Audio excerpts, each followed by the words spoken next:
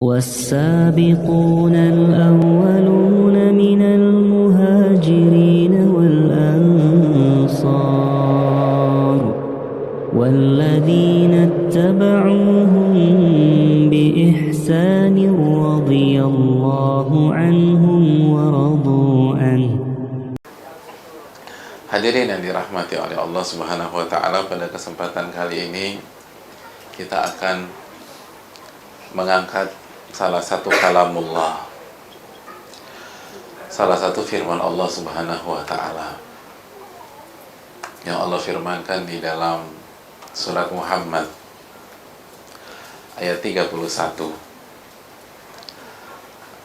saat Allah Subhanahu wa taala berfirman, وَلَنَبْلُوَنَّكُمْ حَتَّى نَعْلَمَ الْمُجَاهِدِينَ مِنْكُمْ وَالصَّابِرِينَ وَنَبْلُوَ أَخْبَارَكُمْ. Allah Subhanahu wa ta'ala menyatakan, sungguh kami pasti akan menguji kalian sampai terbukti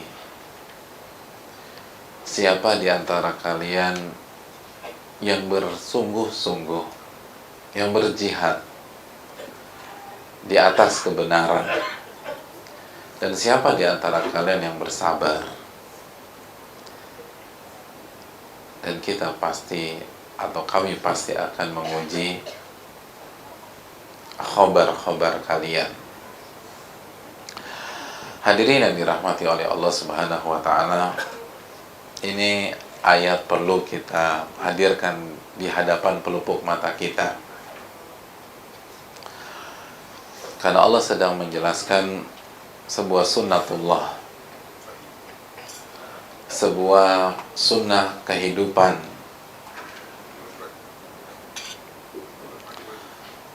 yaitu sunnah kehidupan yang bernama ujian buat kita.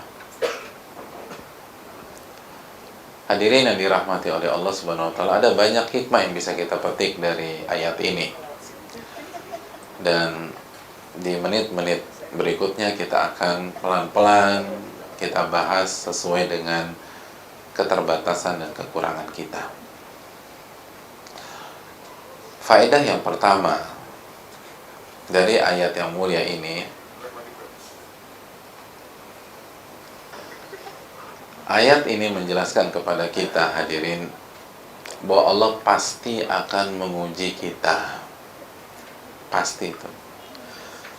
Yang belajar bahasa Arab pasti tahu nih ayat, nih kata itu didukung oleh lam. Walanabluwannakum, ada lam, ada nun tasydid. Itu dua-duanya untuk menegaskan dan memastikan pasti kita akan uji kalian. Dan ini diperkuat oleh sabda Nabi SAW ketika Nabi dalam hadis Tirmidzi menjelaskan dan memvisualisasikan kehidupan itu ibarat sebuah kotak persegi panjang. Lalu Nabi buat garis kecil, garis kecil, garis kecil, garis kecil, yang ternyata tidak lain garis-garis itu simbol dari ujian, ujian, ujian, dan ujian. Sampai pada anti klimaksnya ujian yang bernama kematian. Jadi kata Nabi, tidaklah seseorang melewati ujian pertama kecuali dia akan berhadapan dengan ujian yang kedua. Selesai ujian yang kedua, dia akan berhadapan dengan ujian yang ketiga. Terus sampai ujian akhir yang bernama kematian. Jadi itu sudah merupakan kepastian. Hidup ini adalah kehidupan yang penuh dengan ujian dan masalah. Jadi ujian dan masalah.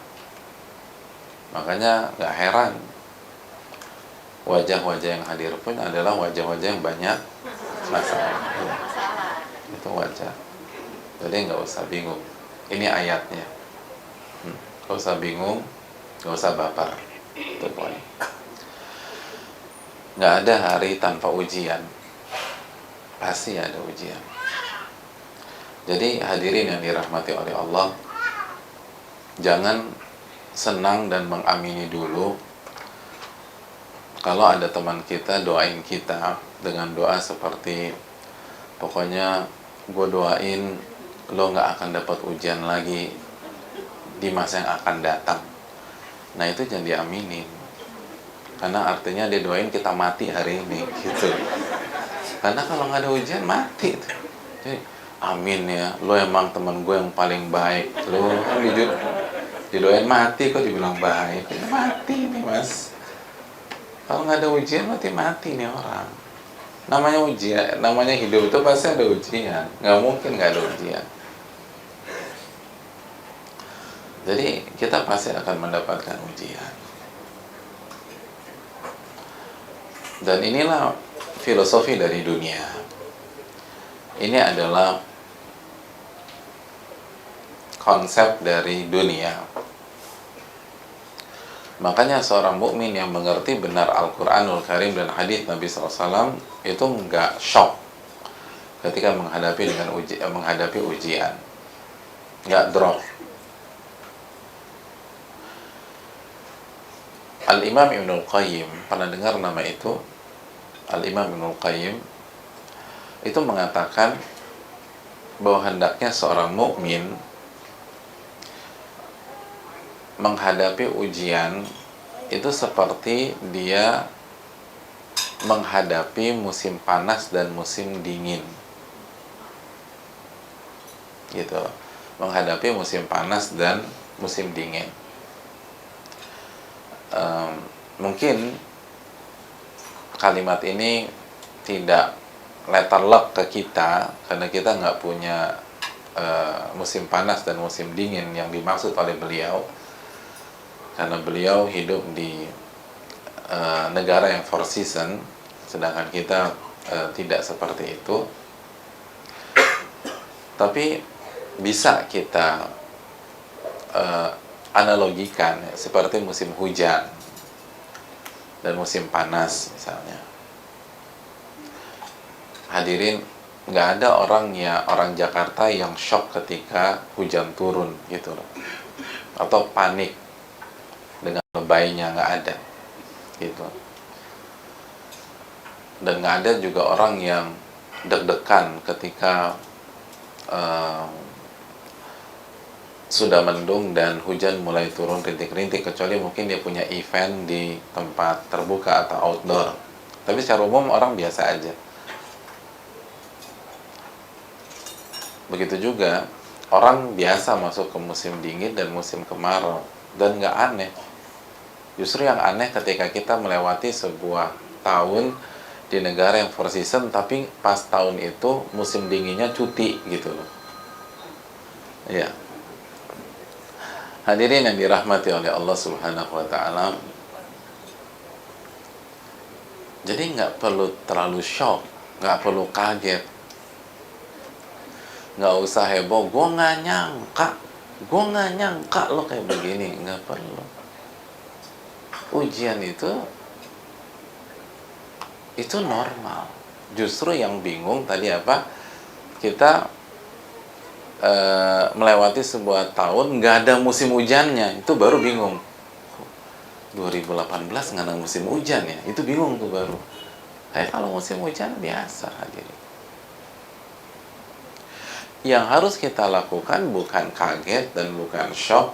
Yang harus kita lakukan adalah melakukan persiapan, bekal gitu loh. Orang akan ngetawain kita kalau misalnya hari ini kita terbang lalu kita landing di Amerika misalnya, lalu kita shock ketika kita dapat suhu itu -2, -5, -10. Semua akan ketawain, mas, di Amerika itu Desember, Januari itu musim dingin gitu loh. Nggak perlu dishokin, nggak perlu dibingung-bingungin. Solusinya apa? Solusinya kalau ke sana jangan lupa bawa long john, bawa jaket, bawa mantel, bawa sarung tangan, bawa kaos kaki yang tebel-tebel, penutup telinga. Nah itu poinnya. Sama kata Ibnu Qayyim itu, kalau kita hidup tuh yang penting bekalnya, nggak usah terlalu heboh ada ujian. Itu memang sebuah kewajaran. Yang buat Anda babak belur itu tadi, kalau Anda ke US nggak bawa long john, nggak bawa mantel, pakai celana pendek, sandal jepit, dan nggak ada baju-baju dingin yang lain, itu babak belur. Anda nggak ada bekal. Sama, hidup juga gitu. Anda akan babak belur kalau Anda jalani hidup nggak ada persiapan, nggak ada ilmu, nggak ada ibadah, Anda akan babak belur tuh hadirin. Jadi ujian itu sebuah keniscayaan. Bahkan hadirin sekalian, ujian itu sangat positif bagi orang-orang beriman. Karena Nabi SAW bersabda, Innallaha idza ahabba qauman ibtalahum. Allah itu kalau sayang sama sebuah kaum, Allah akan uji kaum tersebut. Jadi ini positif, nggak usah terlalu heboh. Dan yang namanya ujian itu memang soalnya unpredictable tuh biasa hadirin. Jadi biasa. Justru kalau soalnya udah ketebak semua, itu kursus gitu loh. Itu persiapan UMPTN tuh mungkin masih bisa ketebak. Tapi kalau ujian realnya unpredictable, kita hanya bisa persiapan secara umum, dan tapi kita nggak tahu di bab apa itu ujian keluar. Sama, hidup juga demikian. Yang penting kita persiapan matang, tapi kita nggak tahu di bab dan kotak yang mana ujian itu diberikan.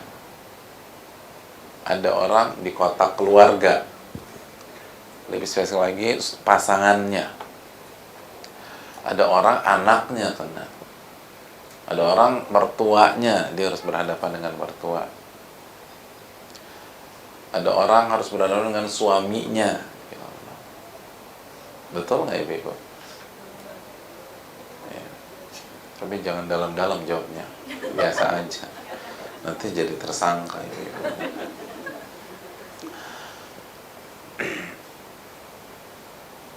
Kan begitu hadirin hadirat. Tapi udah pasti itu. Ya coba kita tanya Bu Aisyah hafizahullah. Memangnya dulu ada prediksi dengan kondisi kesehatan Pak Wisnu pada hari ini Bu Aisyah? Nggak ada. Jadi itu ujian tuh gitu. Kita nggak tahu di bab mana yang diuji. Tapi kalau kita persiapan dari awal dengan matang, lancar tuh ujian insya Allah. Insya Allah lancar. Ya, itu poin.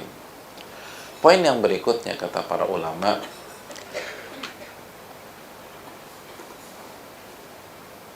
sampai kapan tuh ujian datang? Nah, Allah mengatakan hatta na'lamal mujahidina minkum was-sabirin. Kami pasti akan menguji kalian sampai terbukti siapa orang-orang yang bersungguh-sungguh dalam berjuang. Bahkan diksi atau kata yang Allah pilih adalah mujahidin. Dan ulama tafsir ketika membawakan ayat ini, banyak diantara mereka mengatakan jihad di sini adalah jihad secara umum. Artinya berjuang secara totalitas. Digunakan diksi jihad karena berjuangnya harus 1000%. Karena kalau kita ditaruh di medan jihad, maka kita nggak akan keluarkan kemampuan hanya 95 atau 96%. Kita kasih 1000% tuh. Karena kalau nggak mati. Nah, begitu juga dalam kita menghadapi ujian-ujian keseharian. Allah tuh pengen kalau kita diuji, kita berjuang 1000% untuk ujian tersebut. Dihadapi dengan serius gitu. berusaha berjalan di atas relnya. Sabar, kata Allah. Untuk buktikan itu aja. Bener nggak sabar? Bener nggak mau all out gitu loh. Dan kita dituntut harus berjuang secara all out. Makanya sering kali misalnya dalam case masalah keluarga dan angka perceraian di Indonesia itu semakin memprihatinkan. 2017 saja angkanya sudah 18,8% perceraian. Makanya banyak pembicara membulatkan angka perceraian itu kurang lebih 20%. 20%. Jadi setiap ada 10 yang nikah, 2 cerai. 2 cerai gitu loh. Hari Ahad depan kita dapat undangan 10 undangan, nih kayaknya 2 nih cerai nih. Ya nggak juga begitu kan, skupnya nggak hanya 10 yang punya kenalan kita, tapi secara umum gitu loh, jangan gitu juga. Ini gue punya undangan 10, mana yang cerai kira-kira? Jangan. Karena ini secara umum, bukan skup kita aja. Tapi itu kenyataannya hadirin. Nah, banyak pihak konsul dan minta masukan, dan banyak biasanya istri-istri atau ibu-ibu yang minta masukan. Karena dari angka segitu, mayoritas itu data hari ini itu khulu, gugat cerai dari pihak istri. Ya istrinya suaminya beginilah gitu loh, ada yang nggak kerja lah, ada yang selingkuh lah gitu loh, ada yang main belakang lah, ada yang main depan lah. Kan wanita kan serba salah, bapak-bapak. Main belakang salah, main depan juga salah. Saya juga bingung itu, ya Allah. Hadirin, anggap deh, ini suami kita salah dah, udah salah, nggak perlu cari pembenaran, suami salah. Atau sebaliknya, istri kita udah salah udah. Terus nanya, boleh nggak saya minta cerai? Itu secara fikih, kalau kita bicara, jawabannya boleh, misalnya. Tapi pertanyaannya, sebelum Anda masuk ke pintu perceraian, coba tanya diri Anda deh. Anda sudah memperjuangkan pernikahan ini 1000% belum? Anda udah all out apa enggak? Anda udah jungkir balik memperjuangkannya atau belum? Mayoritas belum.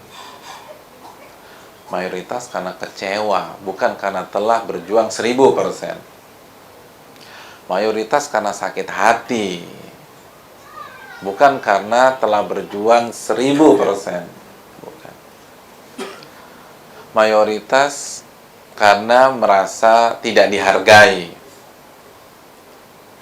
Saya pemimpin Pak Ustadz, tapi saya diinjak-injak sama istri saya. Tuh kan. Berarti kan baper hadirin. Karena merasa harga dirinya dijatuhkan oleh istri. Istrinya juga bilang gitu, saya merasa nggak dihargai oleh suami saya Pak Ustadz. Tuh kan. Jadi kecewa, bukan karena fight. Maka wajar tipe-tipe yang seperti ini akan mendapatkan kegagalan di kehidupannya berikutnya. Kenapa? Karena nggak akan selesai tuh. Kan Allah bilang, kami akan uji kalian sampai terbukti. Buktiin dulu sama Allah. Kita berjuang 1000%. Kalau enggak. Jadi kita harus tanggalkan dulu emosi kita. Kita harus tanggalkan dulu gengsi kita. Kita harus tanggalkan dulu harga diri kita. Anda harus berjuang 1000%. Gitu. Yang namanya, kan makanya Allah mengatakan mujahidin. Yang namanya di jihad udah nggak ngemain gengsi-gengsian lagi, nggak ada udah. Itu totalitas berjuang. Nah pertanyaannya udah belum tuh? Mayoritas belum. Karena apa? Karena nafsu. Karena apa? Karena emosi. Dan jangan berharap kita dapat hasil yang terbaik. Tapi Pak Ustadz, aku udah istikharah. Iya istikharah. Ya sama fulus kan, sama duit. Iya udah doa. Tapi kalau ngerem di rumah, kapan dapat duit gitu loh. Gitu aja. Kapan Allah kasih rezeki buat Anda kalau Anda nggak mau berjuang, kalau Anda nggak mau berikhtiar. Poinnya kan gitu hadirin. Ini makanya nih ayat penting banget buat kita. Allah akan uji kalian sampai kalian terbukti totalitas dalam berjuang. Ya kalau banyak bahasa, sampai kalian ngalamin kondisi kepala di kaki, kaki di kepala gitu. Itu sudah sunnah kehidupan, harus begitu. Di situ baru dapat sensasinya. Di situ kita akan dapat jalan keluar yang terbaik dari Allah. Disitulah Allah akan turunkan keberkahan. Disitulah rahmat Allah meliputi kita. Tapi kalau masih bawa emosi nggak bisa, ya. Susah tuh, nggak akan dapat. Kalau kasus rumah tangga dia akan cerai, nanti dia merit lagi kan gitu, nanti kemungkinan cerai lagi deh. Karena kan kecewa yang dikedepankan. Karena kan emosi yang ditonjolkan. Ya berat. Anda fight dulu nih. Sampai kapan? Sampai maksimal. Dan sering kali bilang, sampai kapan saya harus bersabar Pak Ustadz? Hadirin, saya ingin tanya sama kita nih. Solusi itu, jalan keluar itu, yang ngasih siapa? Allah. Ya, yang ngasih Allah tuh. Berarti itu wilayah Allah. Kita ada banyak masalah nih. Itu masalah itu, solusinya itu wilayah Allah. Allah yang ngasih. Kalau itu wilayahnya Allah, jangan kita urusin. Semakin kita urusin, semakin pening tuh kepala. Itu urusan Allah. Allah berfirman dalam surat Al-Anbiya ayat 23. La yus'alu amma yaf'alu wa hum yus'alun. Allah nggak ditanya tentang perbuatan dan urusannya. Mereka yang akan ditanya. Allah nggak ditanya. Sampai kapan aku harus berjuang? Itu urusan Allah, Mbak. Jangan ngurus itu, mendingan Anda ngurus perjuangan Anda dulu aja. Tapi yakinlah Allah akan kasih pertolongan di waktu yang tepat. Gitu hadirin. Tapi kita ini keburu-buru. Kita itu keburu-buru. Gitu. Jangan urus urusan Allah. Pening. Banyak orang depresi, banyak orang stres karena sok ikut campur urusan Allah. Oh itu pening tuh hadirin. Pening. Itu bisa gila kita. Makanya banyak yang bipolar, banyak yang stres. Diceraiin suami, stres. Karena apa? Mikir gimana masa depan gua. Masa depan lo tuh urusan Allah, ngapain dipikirin? Ngapain dipikirin? Yang lo harus pikirin urusan lo tuh. Lo udah sholat belum? Udah tobat belum? Udah istighfar apa belum? Udah sujud belum? Udah datang ke kajian apa belum? Nah itu urusan Anda. Kok ngurus urusan Allah? Oh capek hadir. Capek.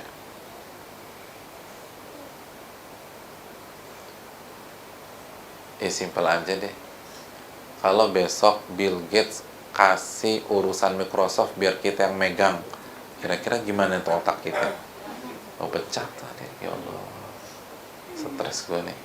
Itu masih manusia tuh, kita udah bingung. Itu manusia, bingung tuh kita. Ini ada orang lucunya sok ngurus urusan Allah, ya bingung dia. Galau, pasti galau. Pasti galau. Gak bisa diri. Berat.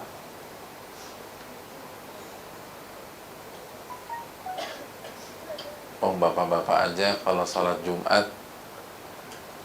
waktu Jumat tinggal 5 menit lagi, terus khotibnya minta kita gantiin dia, bingung kita tuh. Ya Allah, opening tuh hadirin. Itu baru ngurus urusan khotib, dan khotbah Jumat cuma 20 menit.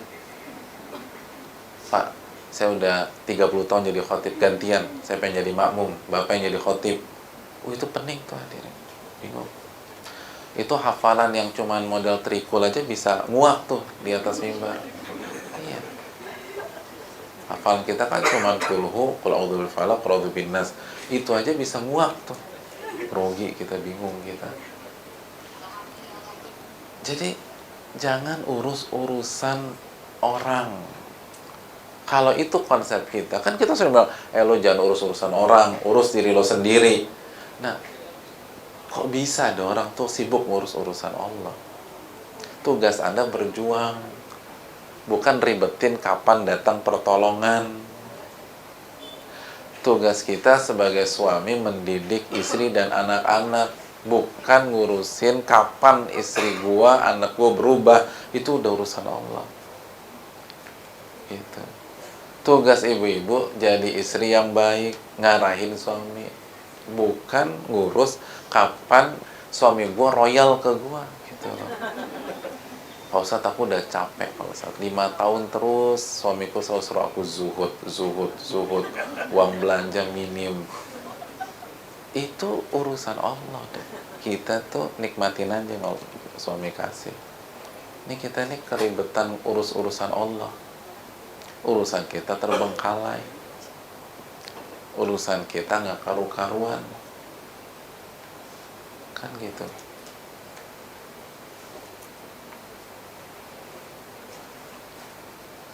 Padahal mana ada itu? Oh, lagi izin. Lagi izin beliau ya. Oh, Masya Allah. Tadinya mau nanya sama beliau, kalau Buffon udah ngurus urusan Neymar gimana jadinya tuh? Itu sama-sama di PSG kalau nggak salah, Monaco tuh. Jadi kalau ada kiper urus-urusan striker tuh berantakan tuh, habis deh, nggak karu-karuan. Kiper urus urusan dia, striker urus urusan dia, ketemu tuh. Urusan kita berjuang, berdoa, minta yang terbaik. Jangan nanya-nanya urusan Allah. La yus'alu amma yaf'al. Allah udah kasih tuh garis. Allah nggak ditanya tentang urusannya. Kalian jangan nanya-nanya, kata Allah. Karena kalian yang ditanya, bukan Allah yang ditanya. Kan kita bisa sok-sokan di dunia, coba di akhirat berani nanya gitu. Kan pada mingkem semua. Iya gitu. Kan gitu hadirin sekalian. Jadi tugas kita berjuang, sabar gitu. Berjuang, sabar. Sampai kapan nggak usah dipikirin. Pasti ada hikmah. Pasti ada hikmah. Hadirin yang dirahmati oleh Allah Subhanahu wa taala.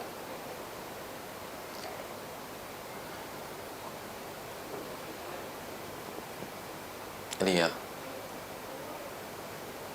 Ibrahim itu mendapatkan anak pertama yang puluhan tahun beliau nanti-nantikan.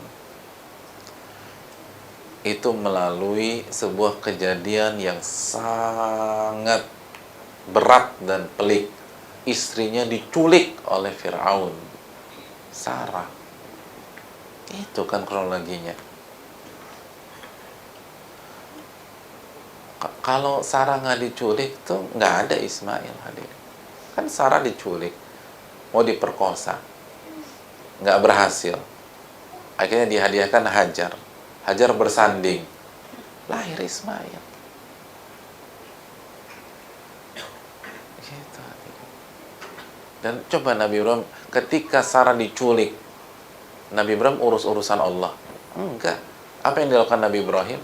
Dalam beberapa riwayat, sholat hadirin. Sholat 2 rakaat salam, 2 rakaat salam, 2 rakaat salam. Nggak bisa Fir'aun sentuh istrinya Sarah. Ini kita nih terlalu ribet urus-urusan Allah, akhirnya urusan kita terbengkalai. Jangan urus urusan Allah, urus urusan kita. Ujian ini, jadi gini, ujian ini Allah kasih biar kita buktikan kita berjuang. Bukan Allah kasih ini ujian biar kita ngepoin Allah, bukan. Biar kita urus urusan Allah, bukan. Nggak ada tuh. Itu yang perlu kita camkan. Berusahalah. Nanti Allah kasih jalan, yakin sama Allah.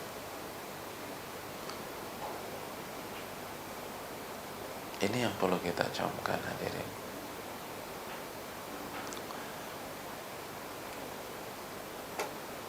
Makanya kan sekali lagi Nabi SAW ketika disiksa atau ketika diintimidasi, ditekan di kota Mekah, dan satu demi satu sahabat beliau udah hijrah ke Madinah, dan beliau bertahan dengan sebagian kecil para sahabatnya, dan hampir setiap saat ditanya kapan engkau hijrah atau kapan kita hijrah, Nabi simpel jawabannya apa? Lam umar bil hijrah, aku belum diperintahkan untuk berhijrah. Gitu. Nggak nanya kapan ya, gue juga bingung nih, kenapa Allah nggak suruh aku hijrah. Itu udah berat di sini. Enggak curcol begitu. Berjuang. Allah kasih ujian untuk apa? Untuk kita berjuang secara all out. Itu poin. Nah, makanya nih, mumpung ada ibu juga, Allah, ayatnya kan Allah uji kita agar kita apa ibu? Berjuang, bukan curhat. Kadang-kadang kita kebanyakan curhat tuh. Semua diceritain.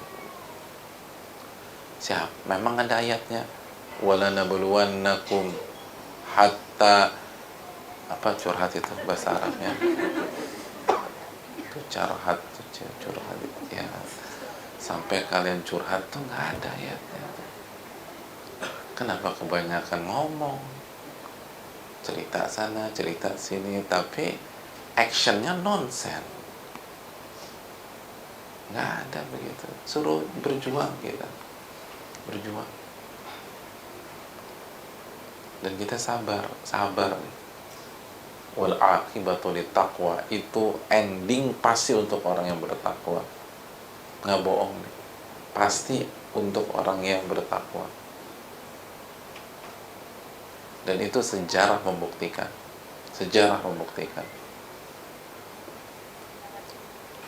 Siapa orang berpikir Fir'aun terhempas dan mati di hadapan Nabi Musa? Oh, Nabi Musa yang kabur. Yang kabur siapa hadirin? Nabi Musa. Yang ngejar Fir'aun. Yang senjata lengkap Fir'aun. Yang terpojok Nabi Musa lagi. Yang mati Fir'aun. Gue bisa. Hebat ya. Ya itu Allah itu. Makanya jangan terlalu ribet urus-urusan Allah. Nggak ada di peta udah kayak gitu deh. Kan begitu. Yang dikejar Nabi Musa. Yang nggak punya senjata komplit Nabi Musa. Yang ke pojok Nabi Musa. Yang nggak bawa tentara Nabi Musa lagi. Yang mati Fir'aun. Gitu. Tapi siapa di antara kita yang mau ngambil pelajaran? Itu poinnya. Pelajaran yang terakhir, hadirin sekalian. Closing statement dalam ayat ini, Allah berfirman, wa nabluwa akhbarakum, dan pasti kami akan menguji khobar-khobar kalian. Di antara makna ayat ini, di antaranya kami akan menguji ucapan-ucapan lisan kalian. Nah, ini pasti diuji. Jadi gimana Pak Ustadz? Solusinya paling tidak dua. Yang pertama, jangan gampang mengklaim. Jangan gampang mengklaim. Karena begitu kita mengklaim, kita akan diuji sama Allah sesuai dengan klaim kita. Benar. Allah akan uji. Allah pasti akan uji. Ini kita banyak mengklaim.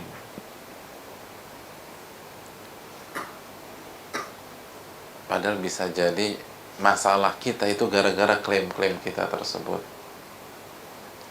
Abdullah bin Mas'ud pernah bilang begini, ini menarik, tolong dicatat. Kata beliau, Abdullah bin Mas'ud yang bicara, sahabat Nabi SAW. Kata beliau, al-bala muwakkalun bil qaul.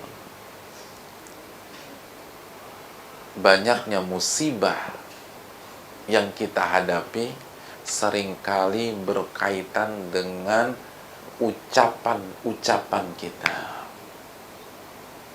Ucapan-ucapan kita.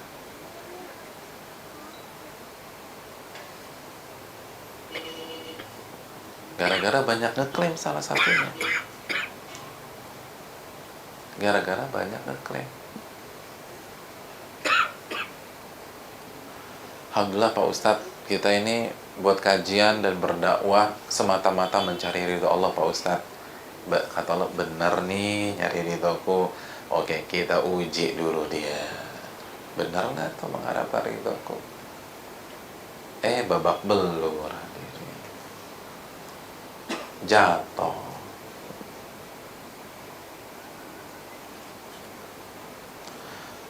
Pak, jalanin ini yang sabar ya Pak. Ya pasti Pak Ustadz. Benar, pasti kata Allah. Kita uji dia, kita kasih nih ujian yang lebih ribet lagi. Benar nggak sabar tuh? Kejadian deh. Kejadian.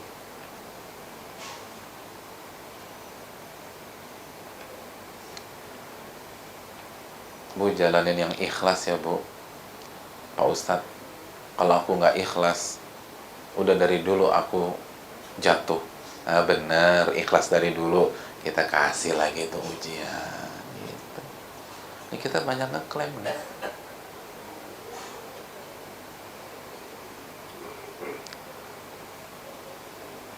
Mas, aku ini selama ini menjadi istri ini untuk kamu dan anak-anak loh Mas. Benar, untuk kamu, suami, anak-anak, kita kasih lagi ujian. 5 menit setelah itu baru bilang, aku udah capek Mas, aku udah capek. Katanya buat istri dan suami dan anak-anak. 5 menit kemudian capek, gimana sih? Berarti kan bukan buat suami dan anak-anak, buat ego. Begitu hak yang nggak dikasih, capek. Siapa suruh ngeklaim? Siapa suruh ngeklaim? Semakin kita ngeklaim, semakin banyak tuh ujian. Gitu aja udah. Itu udah kaedah. Kan ini didukung surat Al-Ankabut ayat 2. Apa kata Allah? Ahasiban nas an yutraku an yaqulu amanna wa hum la yuftanun. Emangnya manusia berpikir mereka akan dibiarkan begitu saja mengklaim saya atau kami beriman, sedangkan mereka nggak diuji sama Allah? Kita uji dia. Biar apa? Baca ayat berikutnya. Fala ya'lamannallahu alladhina shadaqu wa la ya'lamannal kadzibin. Biar ketahuan mana yang jujur, mana yang bohong gitu. Jadi kalau kita suka mengklaim ikhlas, kena diuji keikhlasan. Tambah berat lagi. Emangnya kalau kita nggak plan diuji, tapi kalau udah klaim, tambah seru ujiannya, tambah roller coaster ujiannya, kan Anda nggak klaim, Anda yang ngundang tuh ujian.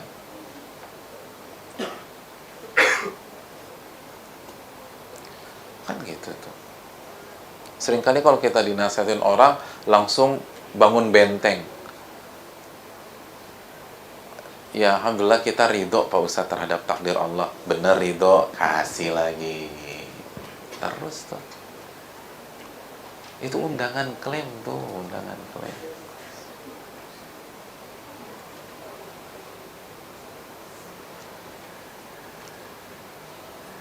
Gimana, kamu nggak apa-apa? Nggak, aku kuat kok ngadepin ini. Aku kuat. Oh kuat, kasih beban lagi.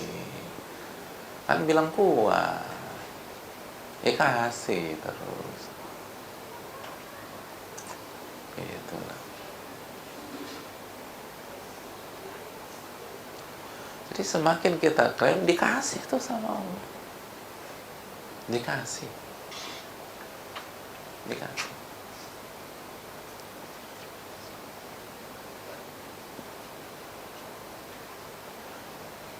Mas, kamu udah janji loh, pekan ini itu kamu main sama anak-anak. Tapi aku ada meeting, Mak. Aku kan bekerja banting tulang juga buat keluarga. Benar buat keluarga, diuji lagi sama Allah. Gitu aja udah. Pokoknya setiap klaim, kasih lagi. Allah udah bilang semua klaim tuh diuji. Wa nabluwa akhbarakum, kita akan uji itu yang keluar dari lisan Anda. Kita akan uji.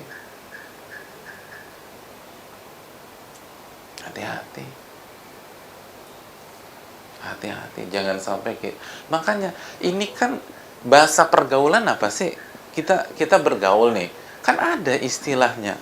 Pak Ustadz, dia itu kemakan omongannya sendiri, kan gitu. Itu ada dalilnya tuh, omongan begitu. Konsep itu tuh ada dalam Al-Quran. Jadi hati-hati, jangan banyak mengklaim. Makanya para ulama tuh nggak berani banyak mengklaim. Imam Ahmad itu langsung ditembak oleh seseorang. Saya mau tanya, engkau tuh selama ini berjuang, berdakwah, mengajar, ikhlas nggak sih karena Allah? Coba ibu-ibu ditanya, Bu, to the point aja deh. Ibu-ibu datang istiqomah ke kajiannya Bu Aisyah tuh ikhlas nggak sih sama Allah? Apa jawabannya, Bu? Nah, kena udah dipuji. Kan iya udah, kena udah. Siap-siap aja. Saya nggak tanggung jawab. Terus saya mau pulang. Baru dibilang udah ikhlas. Susah emang. Iya. Imam Ahmad pernah ditanya begitu. Apa kata beliau? Kata beliau, ammal ikhlas fahuwa aziz. Adapun keikhlasan itu perkara berat, Mas.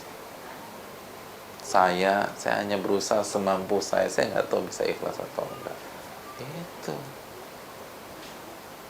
Itu yang hafal 1 juta hadis. Tadi yang bilang ikhlas hafal berapa ratus ribu hadis. Gitu kan.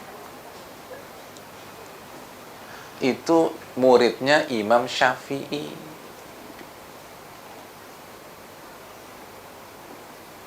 Itu gak berani mengklaim tuh.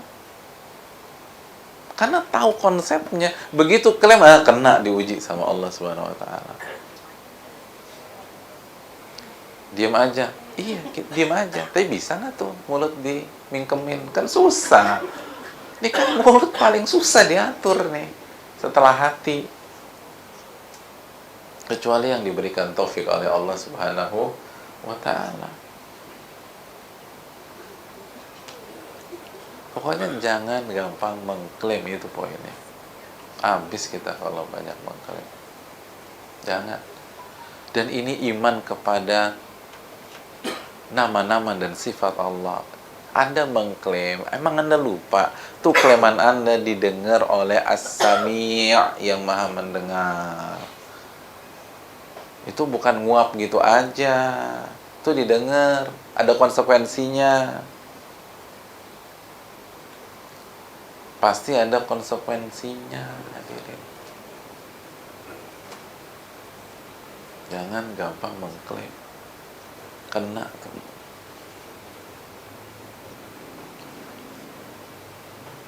Jangan mengklaim perfeksionis, ideal. Aku siap aja hidup miskin, tapi aku khawatir suamiku nggak siap. Bener, siap. Kena lagi, nanti kita lihat aja.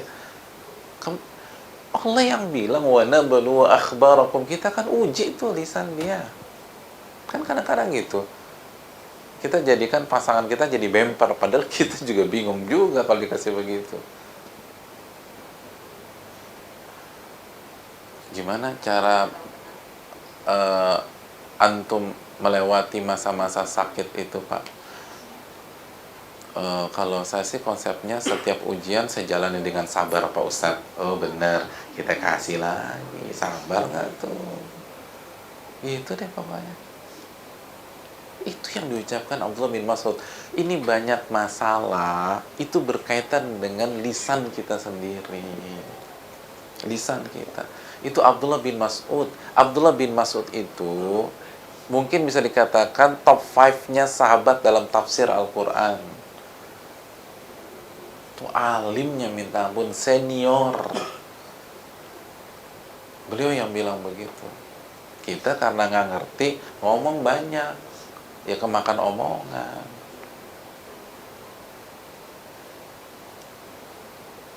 Gitu. Itu yang pertama, jangan mudah mengklaim. Yang kedua, jangan ngejelek-jelekin orang. Jangan nyinyir sama orang. Jangan mencela orang. Jangan caci maki orang. Walaupun emang dia salah. Walaupun emang dia salah.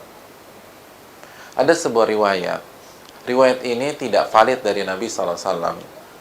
Tapi dinyatakan oleh banyak ulama-ulama klasik.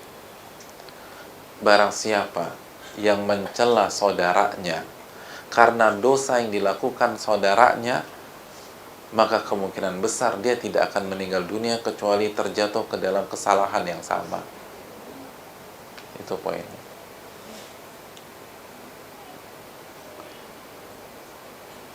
Abdullah bin Mas'ud, ini Abdullah bin Mas'ud hadirin, sampai mengatakan begini, "Lau sakhirtu min kalbin la khashitu an akuna kalba." Kalau aku menjelek-jelekan seekor anjing, aku khawatir aku jadi anjing. Apa maknanya? Tuh sifat anjing jadi dalam diriku. Hati-hati deh. Allah uji tuh omongan kita. Walaupun dia parah.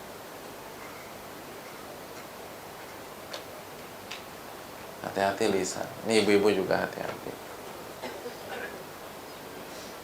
Mbak tahu kan Mbak Mawar itu yang suka datang kajian, ternyata dia pelakor loh, Mbak.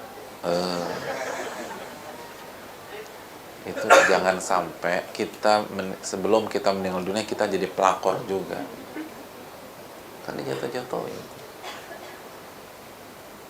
Itu Abdullah bin Mas'ud nggak berani jelek-jelekan anjing, khawatir tuh sifat anjing ditaruh di diri beliau. Walaupun tuh orang melakukan perbuatan yang menjijikkan, udah jangan dijatuhin deh, jangan dicaci maki. Pernah dengar ucapan Abu Musa al-Asy'ari tidak? Abu Musa al-Asy'ari salah satu sahabat Nabi SAW dan ahli dakwahnya Nabi SAW. Dalam riwayat Ibnu Abi Syaibah, sampai-sampai Abu Musa al-Asy'ari bilang gini, kalau